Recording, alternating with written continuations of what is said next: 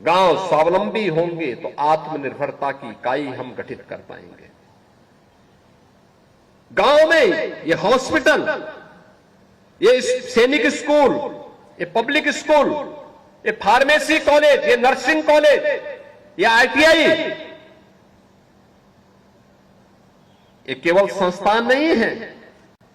इनमें बहुत सारे लोगों को रोजगार भी मिला होगा, बहुत सारे लोगों को काम करने का अवसर प्राप्त हो रहा होगा। वो कहीं का भी हो सकता है, किसी को तो रोजगार मिला, किसी परिवार की आजीविका उसके माध्यम से संचालित हो रही है, बच्चों को उत्तम शिक्षा मिल रही है, उनको आगे बढ़ने के लिए एक नई प्रेरणा बन रही है। उनके जीवन में जिस मऊ के सामने पहचान का संकट आ खड़ा हुआ था, आज वह मऊ अपनी पहचान इस प्रकार के संस्थान के साथ कर सकता है। यहां की बेटियां, यहां के नौजवान पहचान दिला सकते हैं कि मैं सैनिक संस्थान से निकला हुआ छात्र हूं, वहां से निकला हुआ छात्र हूं, मैंने वहां से फार्मेसी की है, मैंने वहां पर अपना अध्ययन किया है, मैं वहां के हॉस्पिटल में, ग्रामीण हॉस्पिटल में कार्य करता हूं, मैं वहां के नर्सिंग कॉलेज में कार्य करता हूं,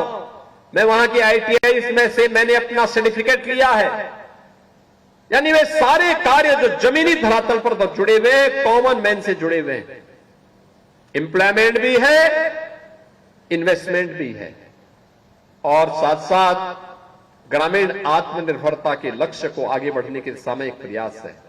और यही तो प्रधानमंत्री जी ने देशवासियों के सामने कहा था, विकसित भारत की संकल्पना। भारत विकसित होगा तब जब प्रदेश विकसित होगा, प्रदेश विकसित होगा तब जब जनपद विकसित होगा, और जनपद विकसित तब होगा जब ताजोपुर जैसे गांव विकसित होंगे, और विकसित होंगे तब जब इस प्रकार के संस्थान और आत्मनिर्भरता के केंद्र खुलेंगे।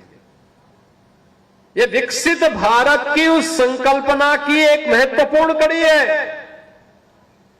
जिस कड़ी को पिछले 1.5 दशक से ब्रिगेडियर पीएन सिंह जी अपने गांव में स्थापित कर रहे हैं, और वह एक स्तुल्य प्रयास अभिनंदनीय है, सराहनीय है, और अन्य लोगों के लिए भी प्रेरणादायी है।